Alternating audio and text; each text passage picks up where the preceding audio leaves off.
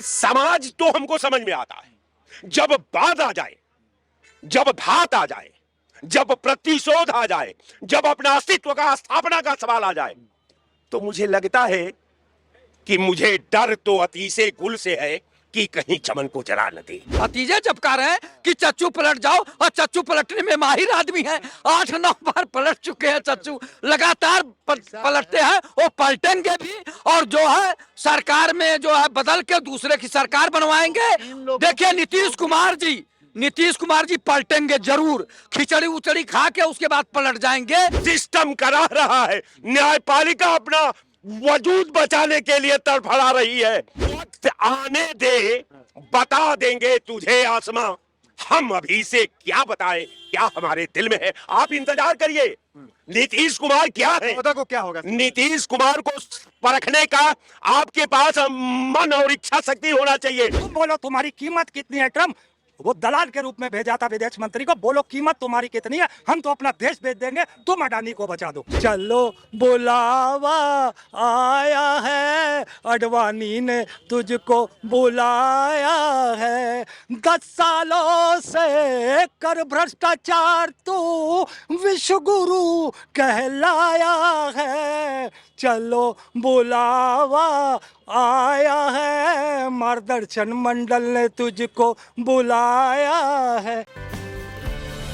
नमस्कार, मैं दानिश अंसार और आप देख रहे हैं पीआरवी। प्रधानमंत्री मोदी का 3.0 कई समस्याओं भरा रहा है। यूं तो सरकार बैसाखी पे चल रही है, कब तक चलेगी कोई ठिकाना नहीं है। बिहार को लेकर नीतीश कुमार की चुप्पी भी बहुत कुछ बयान करती है, और खबर यह भी है कि खरमास के बाद बिहार में कुछ बहुत बड़ा खेला होने वाला। नीतीश कुमार हालांकि बहुत देर तक जो है चुप्पी साधे रहे, फिर उसके बाद मीडिया में आते हैं, कहते हैं कहीं नहीं जाएंगे। लेकिन पहले की उनकी स्थिति देखे तो यही बयान देते थे, कहीं नहीं जाएंगे, लेकिन लालू प्रसाद यादव के आवास जाकर अचानक पलटी मार देते थे। समय भी वही है, जनवरी का महीना है। पहले भी लालू प्रसाद यादव के आवास पे जाकर दही चूड़ा खाकर नीतीश कुमार पलटी मार दिए थे। इस बार 14 तारीख को क्या होगा, खरमास के बाद क्या होगा? तमाम लोग हैं, इनसे बातचीत करते हैं, बड़ा अच्छे से राजनीति को समझते हैं।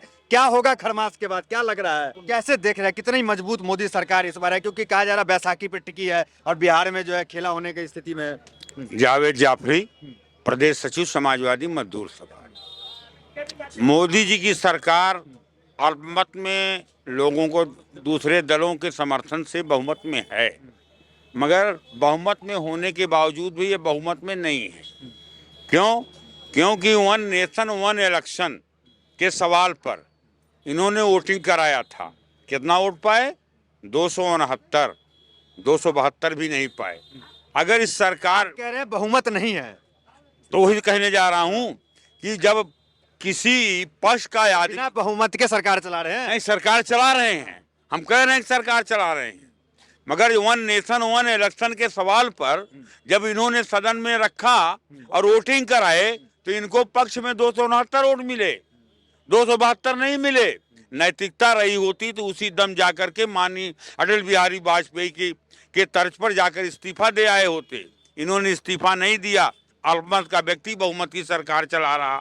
रही नीतीश बाबू की, राजनीति में कोई किसी का सगा नहीं होता।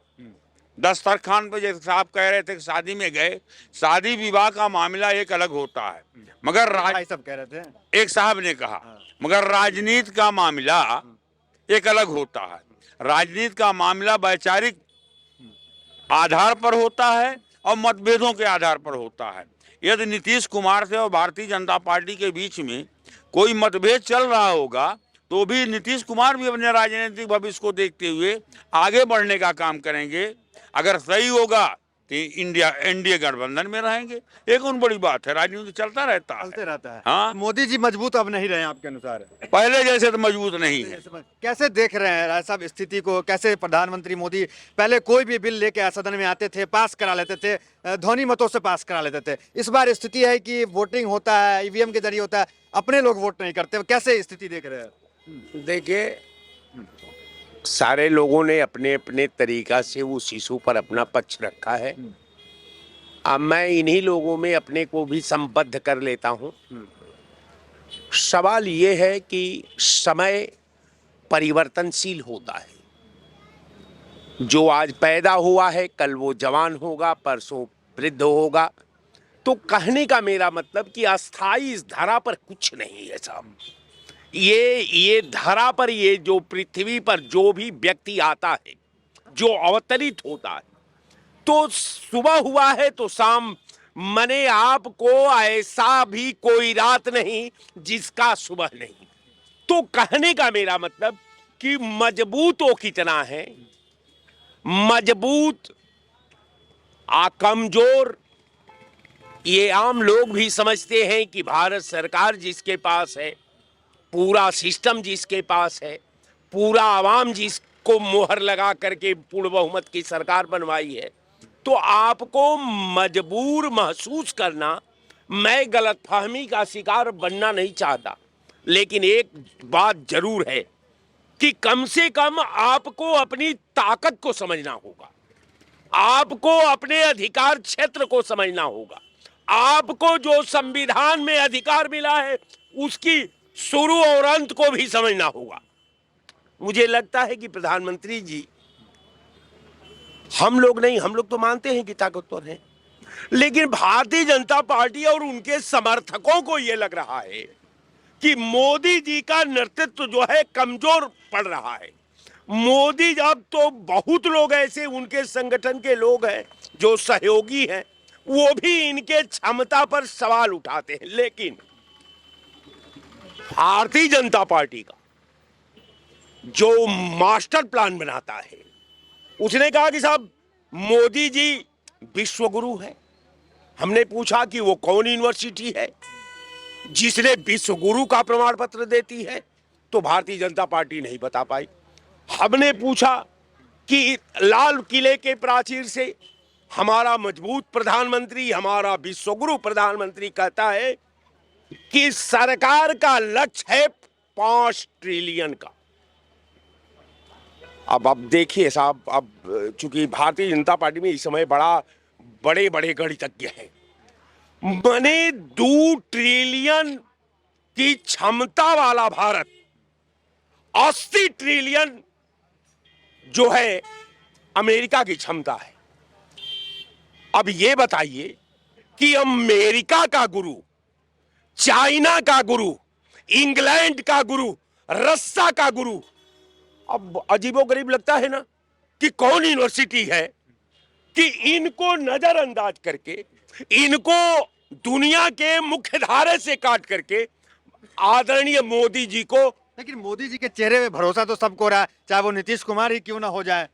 सटे हुए हैं ना नीतीश कुमार। देखिए साहब, समाजवादी नेता लोग भी जो है वो मोदी जी के साथ मिल जा रहे हैं।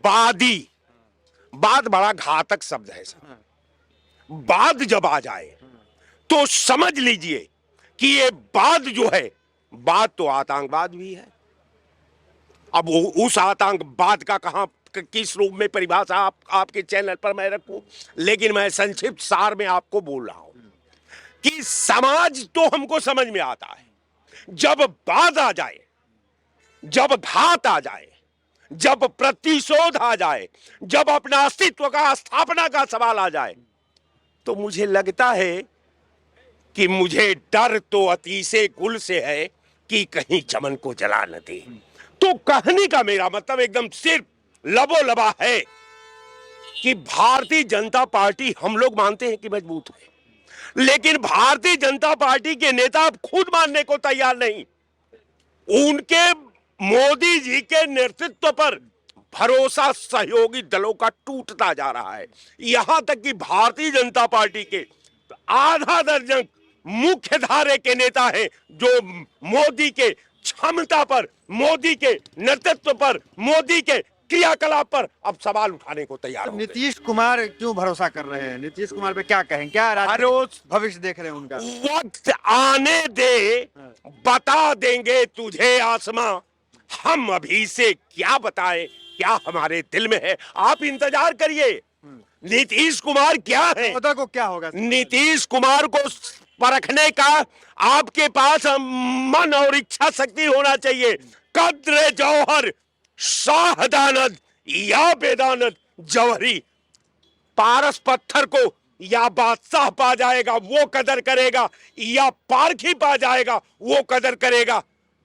कद्रे सत्तू वही रे दानद, जब सतुआ पूर्वांचल में होता है, शायद आप लोग देखे होंगे कि नहीं, वो बाट घाटी भीवंती होती है। इसको क्या बता रहे हैं, हीरा बता रहे हैं? बिल्कुल पारस हीरा है। एकदम पारस है आज मोदी जी के विधा का, मोदी जी के मास्टर श्लोक का, भारतीय जनता पार्टी के पाप का मास्टर श्लोक का नाम है क्या?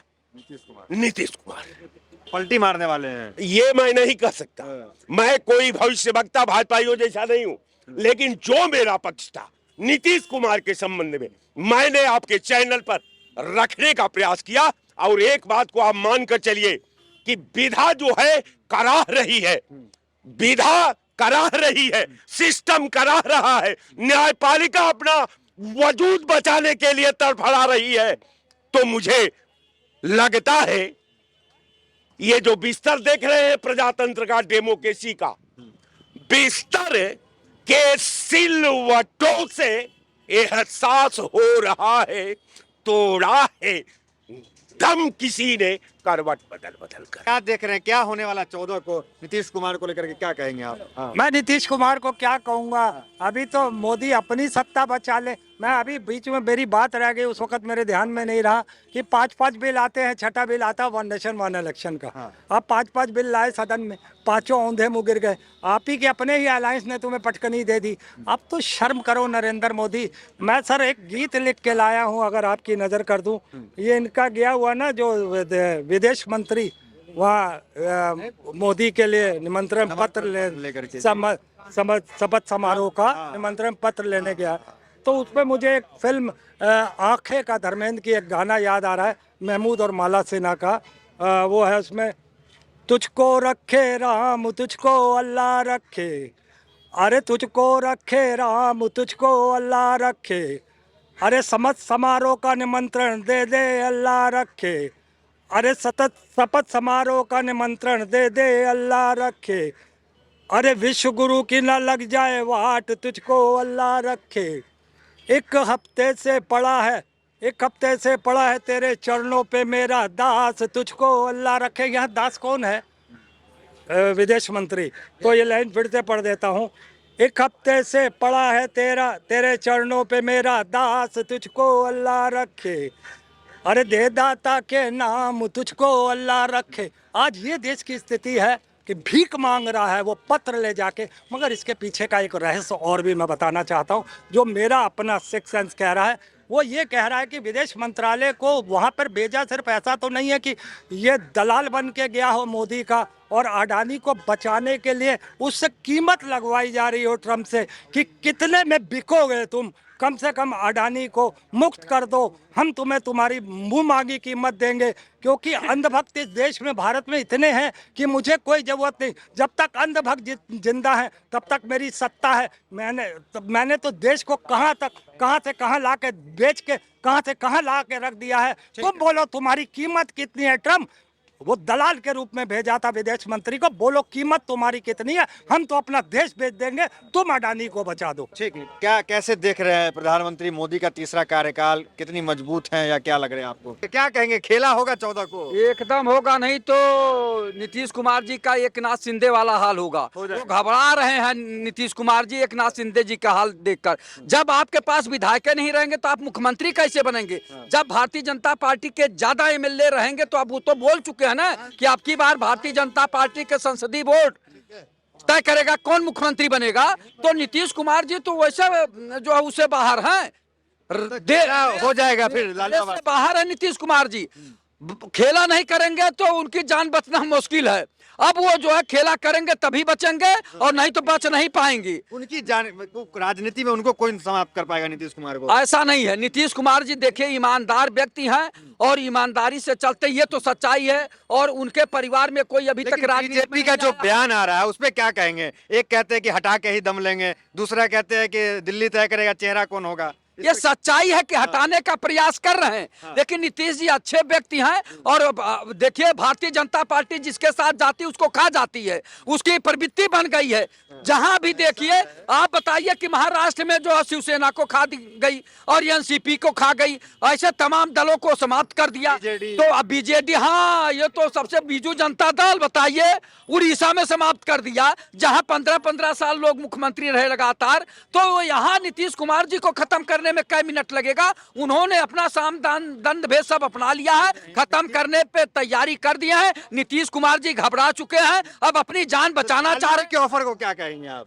लालू जी का ऑफर जो है मौन स्वीकृति है, मौन स्वीकृति है नीतीश कुमार जी का। कभी भी नीतीश कुमार जी पलटी मार सकते हैं, चूंकि उनके सारे भतीजे और सारे बच्चे कहते हैं चच्चू अब पलट जाओ, चच्चू अब पलट जाओ, चच्चू अब पलट जाओ। चच्चू कब पलटेंगे, चूंकि वो बच्चे हैं, बच्चों की दुलारे सबके हैं। एकदम दुलारे तो हैं। आप बताइए उनके भतीजे जब कह रहे हैं कि चच्चू पलट जाओ, और चच्चू पलटने में माहिर आदमी है, 8-9 बार पलट चुके हैं चच्चू, लगातार पलटते हैं, वो पलटेंगे भी। और जो है सरकार में जो है बदल के दूसरे की सरकार बनवाएंगे। देखिए नीतीश कुमार जी पलटेंगे जरूर, खिचड़ी उचड़ी खा के उसके बाद पलट जाएंगे। पूरी संभावना बन चुकी है, पूरा मन बना चुके हैं चूरा खा करके। भाई। आप ये बताइए, अमित शाह जी कह रहे हैं कि संसदीय बोर्ड तय करेगा। ज्यादा पसंद ये हमारे भाई हैं, आपकी ये फिक्र डिस्टर्ब कर रहे हैं। आप बताइए नीतीश कुमार पलटेंगे जरूर, क्योंकि उनकी आत्मा बदल चुकी है, कभी भी बदल सकते देखिए हैं। ये यादव जी हैं, लालू यादव, ये तो नीतीश जी की चिंता कर रहे हैं, लालू यादव, इनकी कोई भी यादव जी, चाहे नेता की चिंता कर रहे हैं। चाहे ये यादव जी हों या लालू यादव जी हों, इनके बयान को हम लोग समझते हैं, इनका सम्मान करते हैं। देखिए लालू काके गुमराह कर रहे हैं। यादव के साथ नीतीश कुमार जी महामंत्री हुआ करते थे पटना विश्वविद्यालय में, और वो आज के साथी नहीं है, वो बचपन के लोग साथी हैं, वो संघर्ष किए हैं, मित्र हैं। लालू यादव जी जो भी बयान दे रहे हैं, ये उनकी घबराहट है, ये उनकी घबराहट है। वो कह रहे हैं कि जेडीयू को बचाने का काम लालू जी कर रहे हैं, जेडीयू टूट रही है तो उसको बचा रहे हैं। लालू जी पहले अपनी लालटेन बचावे, नीतीश कुमार जी के सम्मान बचाने के लिए लालू जी ने तय किया है, बढ़ा दिया कि कम से कम बीजेपी हड़बड़ाई रहे, बीजेपी शासन में पड़ जाए। उन्होंने कहा कि नीतीश कुमार जी के लिए हमारे दरवाजे सदा खुले रहेंगे, हाँ जो है, और इसलिए भाजपा जो है बैकफुट पे आ रही है। लालू जी जानते हैं कि बिना नीतीश के बिहार में लालू जी का कोई अस्तित्व नहीं है, तो ये उनकी बीजेपी का भी अस्तित्व नहीं है बिना नीतीश के। देखिए नीतीश भगवान कृष्ण का नाम है, और महाभारत में कहा गया था कि जहां कृष्ण वहां जय। तो जहां बिहार में नीतीश वहीं विजय, चाहे वो बीजेपी हो या लालू यादव जी की पार्टी हो, बिहार की जनता नीतीश जी पे फिदा है। उप मुख्यमंत्री बदल रहे हैं। जहां नीतीश जी हैं वहीं बिहार की जनता है। अब चाहे 18 सालों से चाहे जहां भी रहे, वो फूलों की बाग में या काजल की कोठरी में लालू जी के साथ, नीतीश हमेशा बेदाग निकले हैं, और देश की जनता इस बात को जानती है। सत्ता बचाने के लिए मिलेगा भारत रत्न। वैसे मैं आपके चैनल के माध्यम से ये जानना चाहता हूँ नरेंद्र मोदी, देश को अपनी नियत और नीति तो बता दो। तुम 75 वर्ष के होने वाले हो 17 सितंबर में, क्या तुम अपने पद से त्याग दोगे? मैं इस पर एक लाइन बुलाना चाहता हूँ, वो भक्ति का गीत है, चलो बुलावा आया है, मार्गदर्शन मंडल ने बुलाया है। रिटायरमेंट से पहले ही भक्ति गीत आ चुका है। चलो बुलावा आया है, मार्गदर्शन मंडल ने बुलाया है, चलो बुलावा आया है, अडवाणी ने तुझको बुलाया है। 10 सालों से कर भ्रष्टाचार तू विश्व गुरु कहलाया है, चलो बुलावा आया है, मार्गदर्शन मंडल ने तुझको बुलाया है। ये है हकीकत। बहुत बहुत धन्यवाद। तो तमाम लोग यहाँ पे थे, सबकी अलग अलग प्रतिक्रिया रही, सबने अपनी अपनी बात रखी। तो फिलहाल वीडियो में इतना ही, मिलते हैं अगले वीडियोस में, बने हमारे साथ। बहुत बहुत धन्यवाद।